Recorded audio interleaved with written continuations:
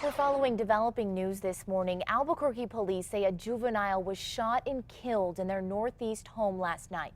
They were called to the house near Lomas and Tramway after witnesses reported a possible drive-by shooting.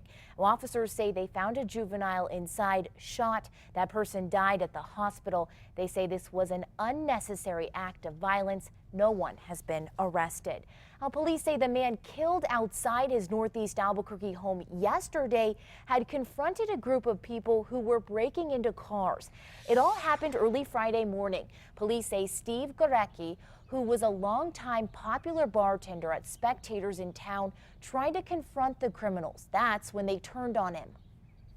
We need all the leads we possibly can to track these guys down and get them off the streets.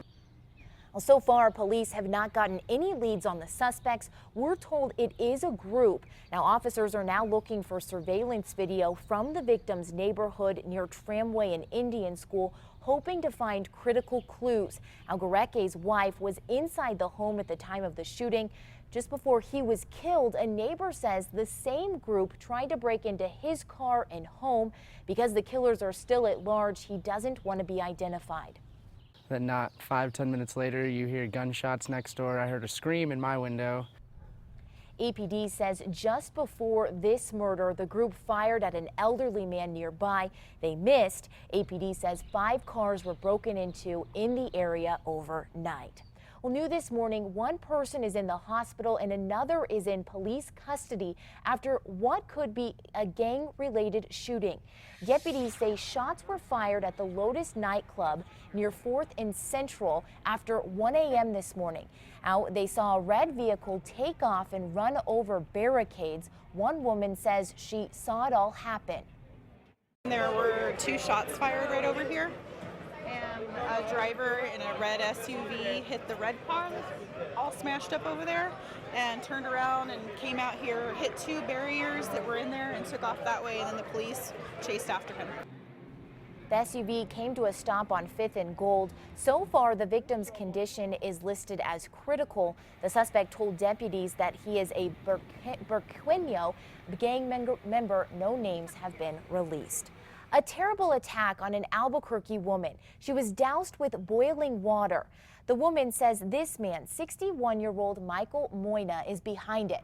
She says she was staying at his apartment for a few days and was sleeping on a chair when she woke up to him pouring hot water on her, leaving her badly burned.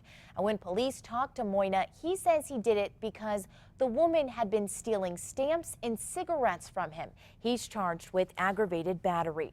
The man accused of stabbing a bartender at a popular Durango bar has been arrested, but community members fear he won't stay in jail for long. 25-year-old Kyle Cooper is accused of stabbing a security guard on Wednesday night after he threw him out of the Orios Roadhouse. Now, the guard said Cooper was drunk and harassing women. He was arrested the next day. On Wednesday, a judge set his bond at $25,000. The owner of the bar and others tell the Durango Herald that they are appalled by the low bond. They also report that Cooper has 2 felony convictions in Florida.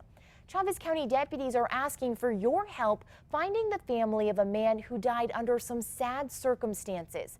79-year-old Robert Raisbeck and his dog were found dead last week inside his pickup in a rural part of Chavez County. Investigators believe he died from exposure. The temperatures around that time were around 100 degrees. The truck had Arizona license plates, so they suspect the family he might have family there. Nobody can find any family members at this point. And if he's got family, we certainly want his body to be returned to his family. The Sheriff's Department says they do not know what Raisbeck may have been doing here in New Mexico and that he has not been reported missing here or in Arizona. Search and rescue crews in Durango are continuing to look for one of 2 men seen in the Animas River on Thursday. One man fell out of a kayak. He managed to get himself out and make his way home, but the search continues for a second man who witnesses saw jump into the river last night. Bystanders tried to help him but couldn't get him. They're asking people in the area to keep a lookout.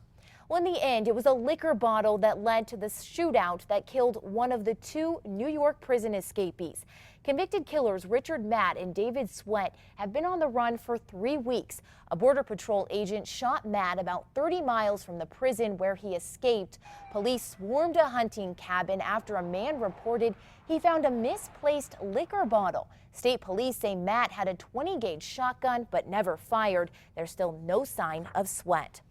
A vacation became a total nightmare for a family after a group of teens decided to break into their home just to throw a wild party. Deputies in California say the teens broke into the house, cooked and ate 5 pounds of the homeowner's bacon, and also cleaned out the liquor cabinet. After the party, deputies say the kids stole $2,000 to $3,000 worth of jewelry and other items. Officials say the teens damaged part of the house during their alcohol-fueled rager. And it didn't take long to catch them. Deputies were able to make an arrest after the kids posted photos of their crimes on social media.